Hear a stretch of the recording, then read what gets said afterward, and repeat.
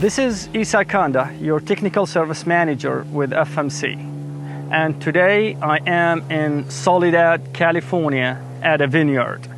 And what we're seeing in almost all of these vineyards that I've been visiting in the last week or so, that they are at virgin stage or a little bit advanced than that.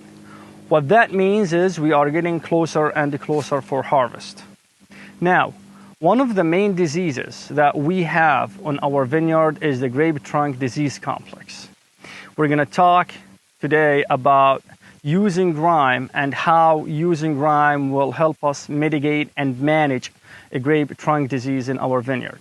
So now let's step back and talk about the grape trunk disease complex, why we call it complex.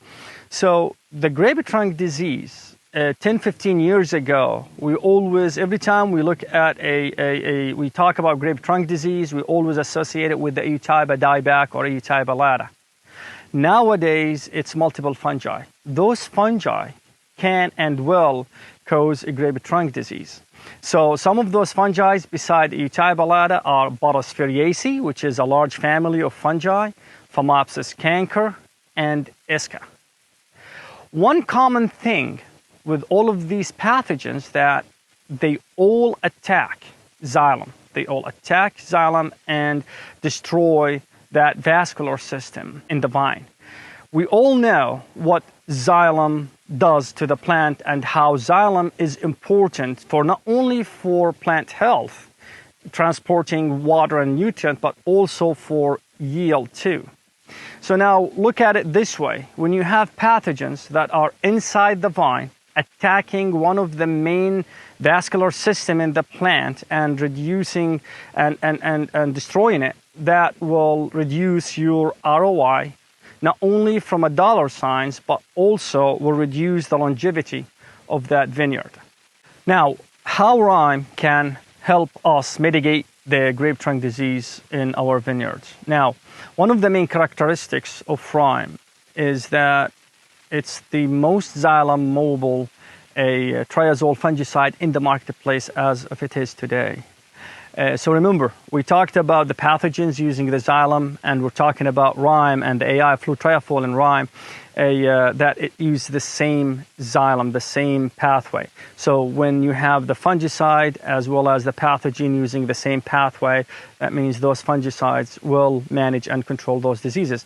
Now, in the last 2 years, we've done a lot of trials with the University of California as well as with a third-party researcher, and we have shown that when we apply Grape, when the plant is active, via drip application, when we applied it and it's been taken up by the plant, it will show a significant efficacy in controlling those wood disease.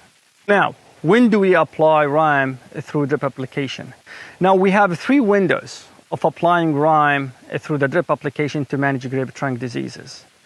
2 of those opportunities we passed, which is one of them. The first one is at the spring root flush. The second one is prior to veraison or at veraison. The third one is after harvest and at the fall root flush. Now, this is where we are right now, right? We are heading toward harvest. So this is the opportunity where we can apply Grape through drip application after harvest and during the fall root flush. One thing that we need to make sure when we are applying Grape through the drip application, that the plant, after harvest, the plant is still active and is absorbing water and nutrients. The key point here is to translocate Grape from the soil into the xylem, into the plants, prior to the plants going dormancy. Finally, as a PCA, we all know that the label is the law, and please follow the use directions that we have on the label.